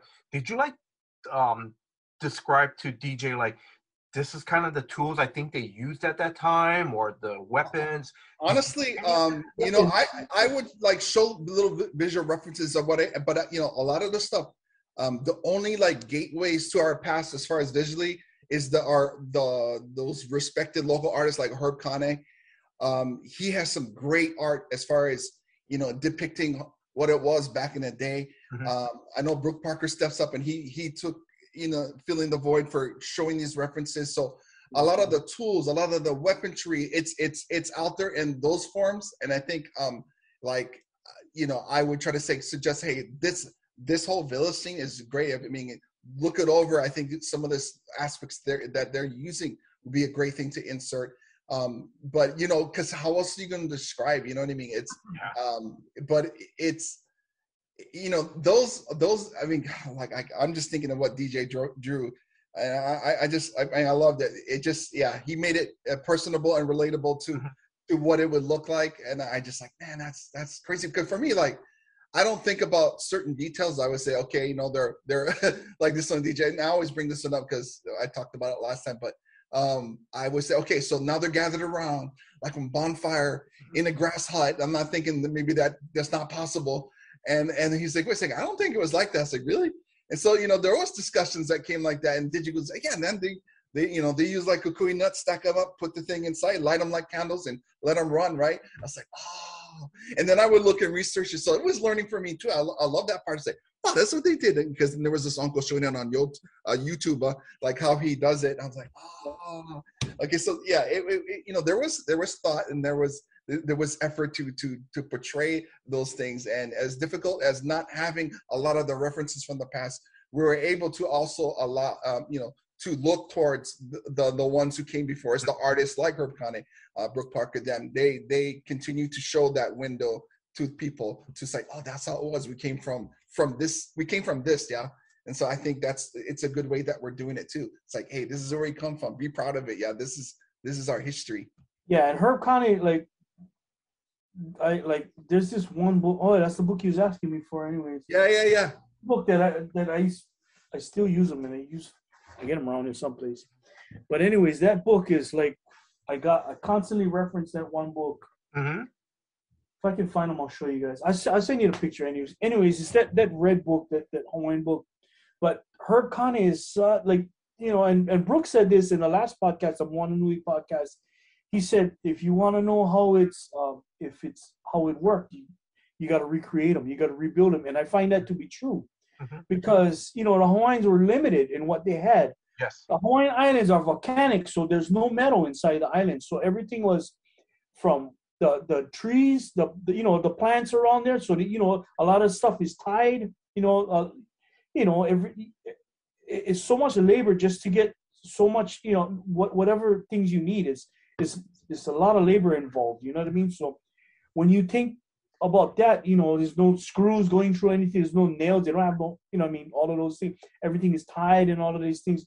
And like I'm grateful because I did a lot of I did so many stories like this where it's like it's already in my brain already. I already drew a lot of this stuff from before, so I was able to just let's just do them like this, you know what I mean, because I did them before. But for me was about capturing the emotional beats, you know what I mean, the emotional beats, but keep all of that stuff in the background and have that stuff so that people, it's like tangible things that people have held on or touched before. And if you have that in the background or, and they're interacting with those things, and you keep the emotional, you hit your mark. As an artist, you got to hit the mark. If you hit the mark, everything else is gravy. You know what I mean? But if you take consideration for all of the things that goes onto the page, that's the one that's going to sit your book up higher. You know what I mean? So, yeah. Most definitely. That's good. DJ, I'm going to ask you this. Excuse me. Because I know there's variant covers. There's also other members of the creative team. I'm going to ask you, do you want to give any shout outs to anybody? I would like to shout out Stephen Kakayo, because Stephen Kakayo was, oh man, like there was days where I would just blank. I was just blank. I had nothing. I would, search and search and until I found Stephen, and I actually started messaging him on Instagram, and then we would go back and forth and back, and that was so great for me because Stephen he's Hawaiian, but he moved to San Francisco when he was young, and he graduated. He went to art school over there, but he came back as an adult, and so because there's that divide, he was so hungry to go learn about all his culture and our history and our roots. But as an artist, as an artist, we have details matter to us. You know what I mean? Things that you think are not important are very important to us. You know what I mean?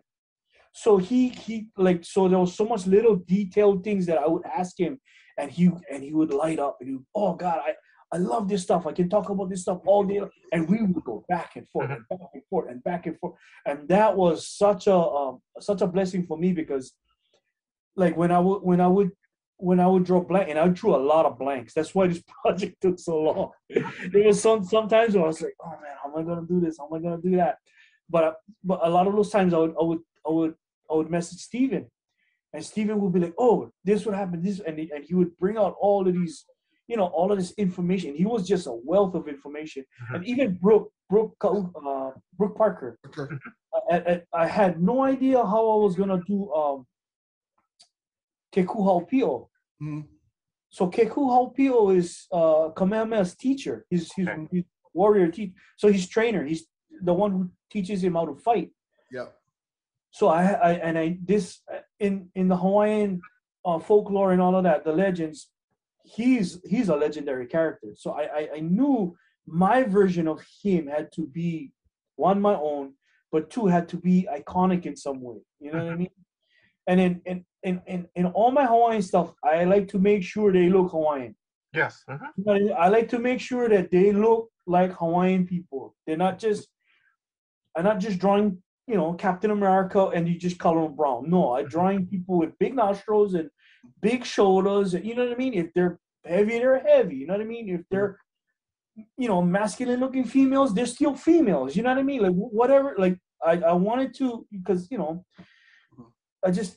art, and it's not about representation. It's about artistic integrity. That's my key. Not, like you want to represent, go represent. But I want to do something that is artistically, accurate. Accurate. Yep. Yeah. So so I knew Kekuhaupio. I spoke to Brooke. Mm-hmm. Brooke gave me 2 sentences. He had big hands and big feet and wide shoulders, and he was built like a fire hydrant. So I said, fire hydrant, okay. That gives me something visually. Mm-hmm. He's built like a fire hydrant. So I literally drew a fire hydrant. Mm-hmm. And then I filled in this guy. And then I did so many different sketches of how his face, and then I went to Steven and I said, Steven, I'm trying to come up with Kekuhaupio. And actually Steven's version of Kekuhaupio is so awesome. And it's different from mine. You know what I mean? Because Chris was going for the stern warrior, but the image I got from Steven is that actually he's very zen, he's very calm, but when he gets angry, that's when the fire comes out. You don't want to mess with him when he's angry. You know what I mean? I was like, okay, so I gotta figure out how to put these what Chris wants and what Steven and I know and Steven actually had pictures that he painted of Kekuhaupio. So that kind of but I already had my version. You know what I mean? But he said, oh, he has a beard that goes around and no mustache. Mm-hmm. You know what I mean? So I was like, okay, I'll take that. So I just put that on. You know what I mean? Mm-hmm. And so, like, I'm thinking long term. So I'm thinking as an artist, I'm thinking, okay, if I'm going to create this character now, I'm creating the template now. And I'm going, every time Chris called me up for do one of these, this is how they're going to look from now on. Mm-hmm. You know what I mean? And now I don't got to go back and reinvent the wheel again. Mm-hmm. You just go back to this, and this is how I can portray them from here on out, because there is a lot of stories about these characters. You know what I mean? Oh yeah, Kekuhaupio, that guy's a legend too. I mean, I would love to do just a series with him. Mm-hmm. It's there.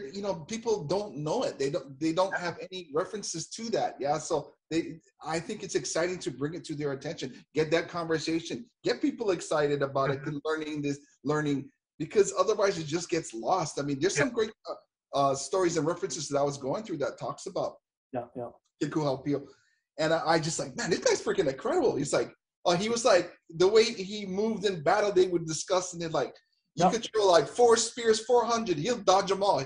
He was like, I love that. He was agile, but he was agile. It's like back, and I love the like rainwater came down, he just dodging them, dodging. Like 1,000 spears is like bathwater to me. Swim. Yes, nothing. It's nothing. Spears. Yeah. That is crazy. But that was because then you see like some of the old art from back in the day where it shows Kamehameha grabbing all the spears. Well, where did he get? How did he do that? Well, he had to have a kumu that could teach him that, right? Yeah. And that's the guy, one of the most fiercest, awesome warrior that they had back in the day was Kekuhaupio, and it's like, wow, man, that guy's a story on its own, and I hope one day to explore, or someone should, because that's such a good thing. Yeah, and I also like when I was talking to Steven, he said, make sure you show the height difference when you put them together. Oh, that was a good scene. Make sure Kamehameha is on power. And Kekuhaupio is, I was like, oh, that's great. You know what I mean? So I was like, okay. So and then when you did that page, that's one that kicked me really, really good because you can see the difference. But hey, Kekuhaupio, he's no pushover. You can see like he's still like that. And even though that boy's a monster, he's not scared. He's like, okay, let's do this. Yeah. Right. So that was a cool one. You'll see it when we do have it. So, Chris, I'm going to ask you, is there any shout, because there are a lot of people helping on this book. Do you want to give a shout out to anyone else on the creative team? Yes, I do want to acknowledge Brother Steven and Brother Brooke. Those guys were gracious enough to, when I was a little scared because these guys are professionals in their own right. They do local art. Here we are, comic book creators. I approached Brooke first and I asked him, hey, would you be interested in doing, because he's the guy that makes those masterpieces, paintings in hotels and whatever. I'm like, man, let me just take a freaking swing and try. And so I did. And he goes, you know what? I would love to be a part of this. You may not know this, but comics were something that I grew up with loving, especially like Conan the Barbarian. Oh I my said, God. what? That is nuts. I had no idea. Like someone your caliber would actually be like, that was something that was, that's a fond memory for you. So he did a variant cover, very Conan style coloring and everything, like shows the vicious warrior part of Kamehameha. And then I turned, and then DJ pitched Steven to me. I'm like, I knew Steven Bazar. I mean, he's like, when you try to look him online, there's hardly any photos of him. It's just, you see all this fantastic art. I reached out to him, and he was more than gracious enough to, yeah, I'll do one too. His version of the variant cover is more like one young teenager Kamehameha headshot kind. You'll see that one as well. But he was made a little darker because he shared me a story one time that Kamehameha was teased as a kid growing up because he was darker than the other elite and stuff. And so he was like, because he had to work, he had to pretend to be that commoner too at that one point. He was exposed to the sun a lot, so you can imagine this dark Kanaka over here getting teased. I was like, wow, this guy got teased. This guy's a monster. How can you imagine that? But he did. I'm sure he felt that, like, wow, this freaking guy, he's bullying me, or maybe like down the road I'm gonna take care of him. But no, it was just a fascinating thing. So I kept that image. It was colored, and he was darker in it. And every time I see his Steven's cover, I think of that story, like of how he was bullied because of that. Also, what was interesting, back in when I first started the whole project, Kamehameha Schools reached out to me. Nice. And they asked, would I be willing to take on some interns? And that kind of solidified my, this is meant to be. That was a sign for me to say, keep going with the project. I was tasked to watch over one of their young students who, her name is Mokihana. She is an artist and a writer, and she was just interested in it. It's like, so I would put her through some lessons, and she would do work for me, doing some ads and stuff. And towards the end, I was like, this girl is just phenomenal. She's working hard, determined. I'm gonna not tell her, but I'm gonna have her do a variant cover. So our last assignment was to draw Kamehameha. And then I took a look at her. I said, by the way, you cannot see her because now it's visible. But by the way, your cover gonna be one variant cover and when we do launch the project. She was just excited. She was thrilled beyond means. And I had that opportunity to work with her. I had the opportunity too when I pitched to them. It's like, do you have anybody interested to translate this into Olelo, Hawaii? Next up came Chloe Silva. She was like, yeah, I'll take that task. And that must not have been easy. And granted, how DJ was saying how I write scripts. So she was able to formulate from what I was trying to say into the whatever mood, either drama or humor, to select those words to make that happen. And I think it was like in the beginning of January of this year, another student says, hey, I want to do some marketing for you. I'm like, that was out of the blue. It's like, sure, why not? And that was Peyton Oliveira. Peyton Oliveira is like the captain of the Kamehameha School volleyball team. They won this season. She's a senior. I was thinking, you want to help us? And I know you must be busy, but she these girls are like I said, top notch. Mana Wahine, they just go for it. And she helped me. She did like a little project video for the campus to watch about what is Mana Comics, what the project we're doing. She did a display in Midkiff that showed Kamehameha and all our books, and the participation that they had within it as well. It's been, that part of it was so rewarding to be able to work with them. Not only my artists, I'm always going to say I cannot be without them, but having them too, that next generation to participate in a way to hopefully get them excited to continue their journeys in life. That's incredible. This was quite the journey. And DJ says, we were on that timetable, and there was, things going on and stuff, but I wanted it done right. And I believe DJ totally did. I'm glad it was not rushed. I'm glad he took his time. He was going through, a lot of emotions and stuff, but I think in the end, it paid off to be, to take time, to be careful with what we're doing, and to do it in such a way where you're not going to just slap it all together. There's definitely a thought process and we had our passion and heart into it. Yeah. Yes, because Chris and DJ, just listening to you guys, what's really amazing about this project?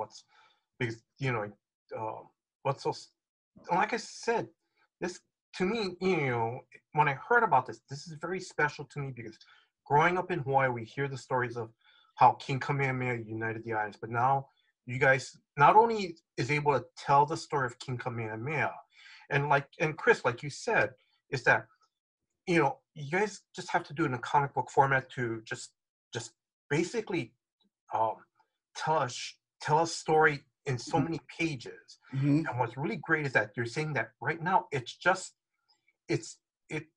almost like a hook to even get not only young kids, but even guys who grew up here, moved to the mainland, still miss home.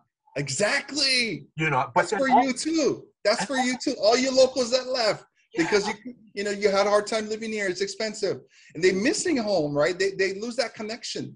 And like brother Stephen, I'm sure like when he was away, it's like, oh, I want that connection. I long for it. But guess what? Now you can for those locals up there having keiki of their own, and then there you got a book that shows a little bit about what home is about. Hey, that's I don't think even DJ realizes what impact that will be for a child up there to feel that warmth of the island, the island calling you, because for some reason it's like this is our roots. Yes. And I'm not being sarcastic or anything, but even because I'm Korean Okinawan, but yet I was born and raised here. My roots are here. Exactly. And the good thing about it too is that Chris is that, and like you said, you kind of know that there's going to be some critics that go, this isn't what happened, this is not what happened. But what's really good is that you're going to include a page of read these books. Yes. Because whoever moved to the mainland, when they have kids up there that's part Hawaiian, their parents are going to go, this comic book, look at all these books. If you get a chance, read about your culture. Yes. And if we can be that gateway to do that, I mean, our mission is accomplished. You know what I mean? That's the whole goal. That's our intent. We're not out here trying to make millions of dollars. That's not it. We understand the importance of preserving. We understand the importance of sharing that history with the kids coming up, because we cannot lose that. And I'm not just talking about Hawaiian kids. I'm talking about local kids, so they can understand of every ethnicity. If you love Hawaii, if you respect culture, if you take care of the island, that's who we want to reach, and for them to understand what happened or what occurred in the history. That's important to us to share. And then DJ, for you, the artist side is you want to, as much as you can to make it to make it accurate as possible. Like you're saying, when you talk about you drawing a Hawaiian, you're not just drawing another human figure. You want to make sure that this is who we look, this is who we are. And not only just that, but then like you said, like Chris was mentioning, he was going to say, there was a bonfire in one of the huts, and you're kind of like, this is what they did. Yes. And even if it's something in the background. Yeah. But there's a thought to it. There's an intention to it. There's a care for it. Let's portray it as close as we possibly can, right? Oh, right. You guys have no idea. My wife loves plants, and she knows all her Hawaiian plants. So she's like, this plant wouldn't be over here by the mountain. This is one by the sea. So you can't put this plant over here. You can't put these plants. I had no idea she could do that. All that. Like, I was like, and so she's the one that put all the Post-its in a book for me. So I was okay. If I draw this tree, it gotta be here, but it can be like just that stuff. You know what I mean? So I was like, oh, okay. But what I a like resource! Y'all have the resource. I love it. No, but what it does is it begins to file in my brain. You know what I mean? Yeah. Oh, okay. So going forward in the future, if we do this, I know that these trees can go. You know what I mean? It's just stuff like that to keep things consistent. Yes. And because I mind you, I get cross-eyed between all the projects I do because I always get called to do all the Hawaiian projects. Yeah. So, but if you read them all, it's all me. You know what I mean? So all the visuals is me. The story might be somebody else, but still, it's all me. So Yeah. there's a line going through all of that probably. So Mm-hmm. there's consistency going through all of that. But yeah. Yes. Okay, I want to ask a fun question because I'm slowly wrapping this up. I want to ask a couple, one fun question about the Kickstarter before I move on. So, how did you guys get Kelly Hugh, now that strike from X2, and Jason Momoa tears? Now, before you guys answer the question, any of you, I'll start with you, Chris. But now, note to the listeners that these tiers are no longer available. Bam! Okay, so how did you guys get Kelly Hugh and Jason Momoa?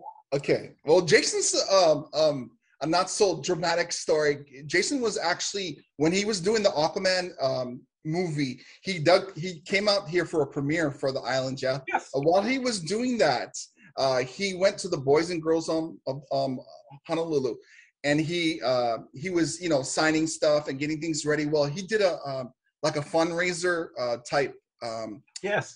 campaign where okay, you got to bid on like meeting him and getting certain items. Like when one of it was the poster. So my other half was, she's over there it was because it was a competing bid for things, and she didn't win, but they whoever, I guess the Boys and Girls Club, could see who was bidding, and they says, we're rooting for you to try to get something. So how about if you're willing to donate, you could get the same thing. And then they were like, wow. So we got to go to the premiere, and we did manage to get that poster of Jason Momoa to sign.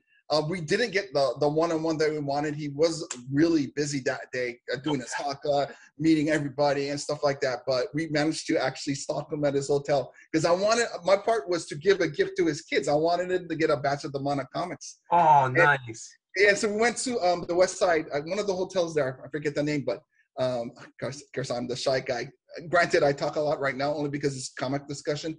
But when we saw him, we were about to leave and say, hey, there he is. And then my girlfriend's like looking at me like, go get him, go give him the stuff. I couldn't. I just froze up, and I just kind of pushed her. And then she's like, what? And then she started walking. But then his kids came by me. For some reason, they were looking at the display. And I was like, okay, this is going to look creepy if I start giving them gifts, huh? Yeah. And, but I guess they had like someone watching them. Oh, yeah. And then I said, hey, is it okay to give these to the kids? And they goes, yeah, that's fine. So we gave him that. So we did have a little connection with Jade that side.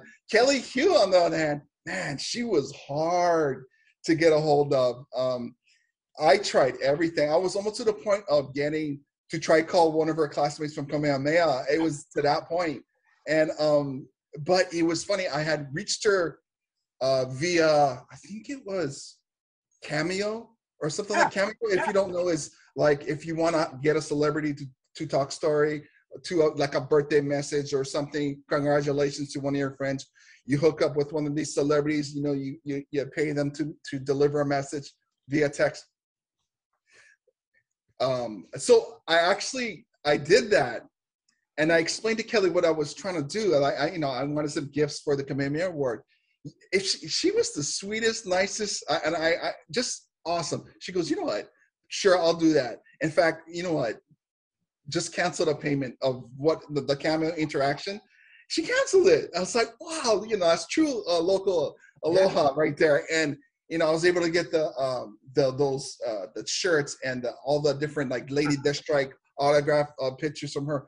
Total, I mean, yeah. And then there's just an amazing woman and gracious, and her true spirit, as as someone who came from here, is that she just really cares about everybody. She wants to make sure that everybody is because she has a line. It's I think it's a unity type design where she in her shirts, and it's a message of basically it's like a message of aloha.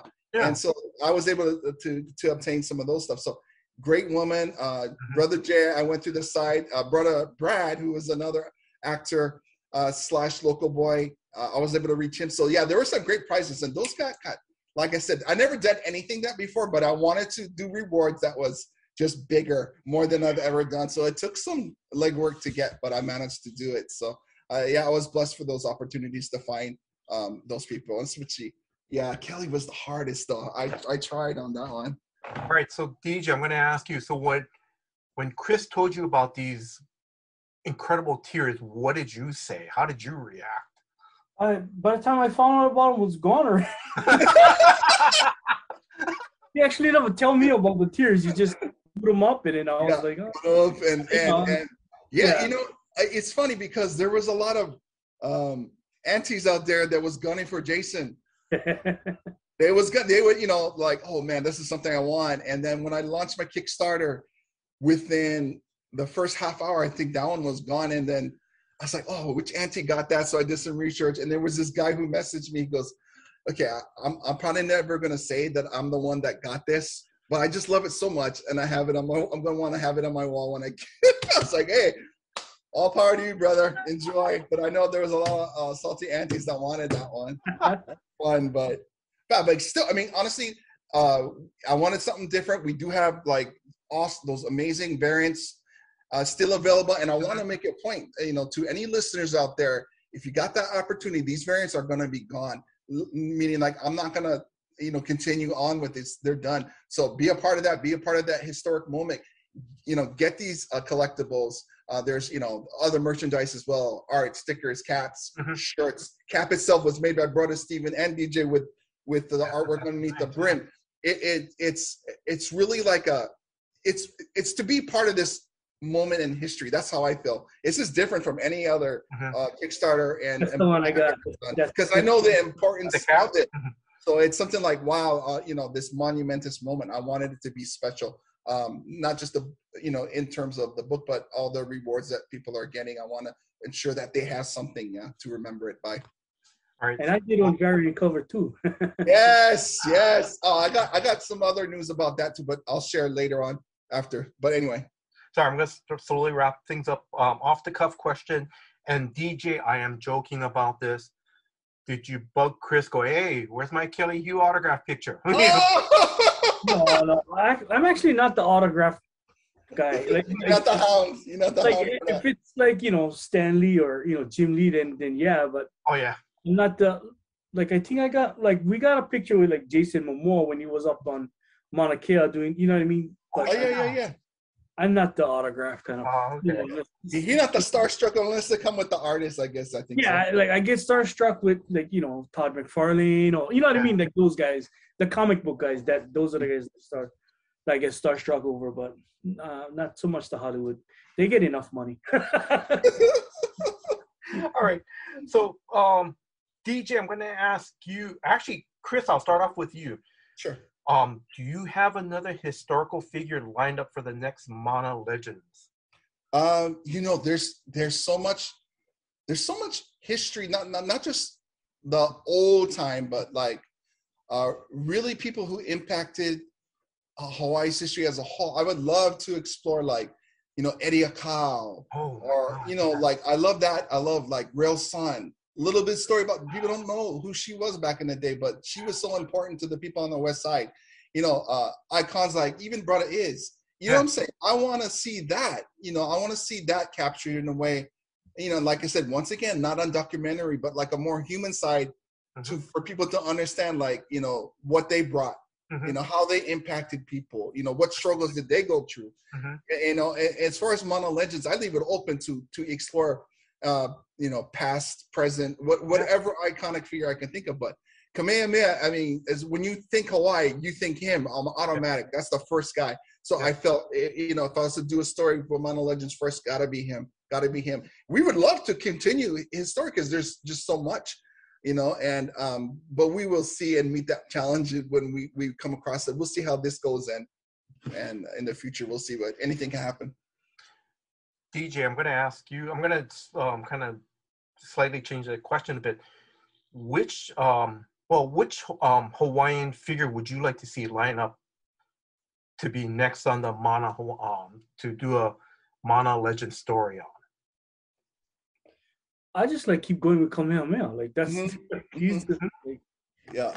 but it just in his story alone, there's so many characters that you can come across. Mm-hmm. And so if I had to say anybody would be Kahekili, you know what I mean? Yes. Would be Kahekili, and that, oh God. Oh, don't even get me started over there. Mhm. Don't even get me started over there. Yeah. But yeah, I mean, historically, no, just I don't know. Yeah, I usually try to do my own stuff, and then everybody come chase me down for doing the Hawaiian stuff, and I think that's God telling me, hey, Mhm. Hawaiian, don't forget you Hawaiian, because I can do it and everything else, you know what I mean? And I was like, hey, don't forget who you are. Yeah. DJ, I'm gonna two more questions. So DJ, I'm gonna start off with you first. What is the most fun or exciting thing you love about making comics? I like drawing, like, you know what I mean? Like when like it's solitary and all of that, but just I cannot I cannot I don't know, I can't, like, I gotta draw. I remember, like, there was a point where I was working like plumbing and all of that, and I was just miserable. You Mhm. know what I mean? I was just miserable. I was like, I don't want to be doing this. Like, you know what I mean? Like, and the money was good, Yeah. all of that, but I was like, I just don't want to do this. Like, this is not what I want to do with my time. You know what I Mhm. mean? And so I was like, I rather work, when job just for pay the bills, so I can, and so I did that. I would work midnight, like graveyard shifts, so Mhm. that at the same time I could work on the comics and get Mhm. paid and draw at the same time, because at least I was burnt, and I did that for many, many, many years. I was just like, I would just go to work, show up with my drawing stuff, and I would draw at work. You know what I Mhm. mean? Because I knew I had to pay the bills, Mhm. but I also knew that, like, I wasn't gonna be happy if I was just working Mhm. 9 to 5 and all of that. And so I was like, yeah. But for me, it's drawing, creating, and just, you know what I mean? Like, yeah. Like, the Kickstarter stuff is hard for me because it's promoting and you got to go and all of that stuff, and it can be fun and all of that. But for me, my favorite thing to do is draw. Yeah. And that's all I ever wanted to do as a kid. Mhm. And so as an adult, you try to figure out how can you draw and how can you make money off of that. Yes. What is the thing that will allow that to happen? You know what I mean? So that's how all of this is possible. Chris, I'm gonna ask you, what is the most fun or exciting thing you love about making comics? Okay. What DJ kind of described is you finally found your passion, you finally found your niche, and your love, your true love is creating those comics, and that's the same thing that some people go through their whole life of working jobs, and they're not really happy. But my happy place has always been comics, and Mhm. and to realize that I have been blessed with the opportunity to actually do it, and not in the way that I thought as a kid that was going to happen, but able to create your own universe, and to be able to share that universe with other people. And Mhm. that's exciting. What is exciting to me and rewarding is to see, like, a little kid come up to your little table there, hey, I want to buy this, and then you go check them out later, and they're sitting down reading it, and they're engrossed, and you're like, wow, you remember that was me back in the day. And I like I said, I'm blessed with the opportunity to be able to impart that with somebody, that gift of that joy, that love that I have for it, and somebody else gonna be that way too later down the road. So it's been just a thrilling ride, Mhm. from the very beginning where I decided to do it, and discovering that this is what I wanted to be. Chris, I'm gonna ask you, and then I'll ask DJ. Any closing words to our listeners? Okay, number one is, let me just talk about the Kickstarter, get out of Yep. that way. We do have it. It goes on from now to the 30th of March. Please just, if just Kokua, support, sharing is enough for us. Coconut Wireless is huge in Hawaii. Just share it and put it on your page. Say, hey, this should be interesting. Yes, it is. This is, if if you're in the mainland and you have Hawaii ties, this is something that will connect you back to it. This is what's going to bring you home by opening these pages. So go get it. You can find my information on manacomics.com with the links to help out with this project in any way that you can. Just share it. That's all I ask. Thank you so much. DJ, any closing words to our listeners? Yeah, back to Kickstarter, and check me out when I get my Kickstarter. Exilian should be hopefully soon. I keep getting sidetracked, so I keep getting more work. So every time I gotta avert so that my Kickstarter gets pushed back, but just back to Kamehameha, and then look for me on Kickstarter coming soon, hopefully. All right, so Chris and DJ, I want to wish you guys all the success with the Mana Legends #1 Kamehameha Kickstarter. Actually, you guys met your goal early on, correct? Yeah, we did. We went for like a certain goal, and within 24 hours before that, we got fully funded. Now I think it's creeping up to 10,000 right now. I think we're only like maybe a couple hundred or less away. So we're very blessed with a great bunch of loyal fans and new people who believe in it and who wants the story to be told. And we welcome anybody who loves Hawaii and loves Hawaii, live here, to be a part of it. Because like I said, historic. This is just something that we love and we cherish, and we know what's important, and we want to do it right. Oh, thank you. And, mahalo, guys. To our listeners, that's thank you in Hawaiian. Chris and DJ, thank you very much for your time. I know I told you guys in the email it's only going to be an hour, but yeah. That's what happens. when the talk story session happens, that's what happens. Yeah, Jason, it was our pleasure. Thank you for having us. No, but thank you.